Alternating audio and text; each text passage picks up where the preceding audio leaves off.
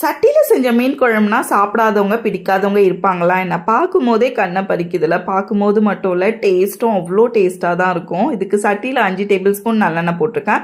1 spoon கடுகு, 1/2 spoon வெந்தயம், கொஞ்சமாக கருவேப்பிலை, 15 பூண்டை க்ரஷ் பண்ணி ஆட் பண்ணியிருக்கேன். ஒரு 25 சின்ன வெங்காயமும் நல்லா க்ரஷ் பண்ணி ஆட் பண்ணி நல்லா வதக்கிக்கோங்க. இந்த மாதிரி செய்யும் போது டேஸ்ட்டும் ஃப்ளேவரும் சூப்பராக இருக்கும். இதில் 3 தக்காளியை நல்லா அரைச்சி சேர்த்து நல்லா வதக்கிக்கிறேன். இது வதங்கினோடனே 1 ஸ்பூன் மஞ்சள் பொடி, 3 டேபிள் ஸ்பூன் குழம்பு மிளகா பொடி, 1 ஸ்பூன் வெறும் மிளகாப்பொடி, உப்பு தேவைக்கேற்ப சேர்த்துட்டு நல்லா மிக்ஸ் பண்ணி கொடுத்துக்கோங்க. நல்லா மசாலாலாம் வதங்கி எண்ணெய் பிரிஞ்சு வந்தோடனே லெமன் சைஸ் புளியை நல்லா திக்காக கரைச்சி 1 கப் ஆட் பண்ணுறேன். இதோட 2 கப் அளவுக்கு தண்ணி சேர்த்து நல்லா மிக்ஸ் பண்ணிவிட்டு ஒரு 10 நிமிஷம் நல்லா கொதிக்க விட்டிங்கன்னா நல்லா இந்த அளவுக்கு எண்ணெய் பிரிஞ்சு வந்துடும். இப்போ மாங்காய் தேவைக்கேற்ப சேர்த்துருக்கேன். இதோட 3 பச்சை மிளகா, 1/2 கிலோ அளவுக்கு வவ்வால் மீன் சேர்த்து நல்லா மிக்ஸ் பண்ணிவிட்டு சிம்மில் வச்சு ஒரு 10 நிமிஷம் அப்படியே விட்டிங்கன்னா நல்லா எண்ணெய் பிரிஞ்சு மீனெல்லாம் சூப்பராக வெந்து வந்துடும்.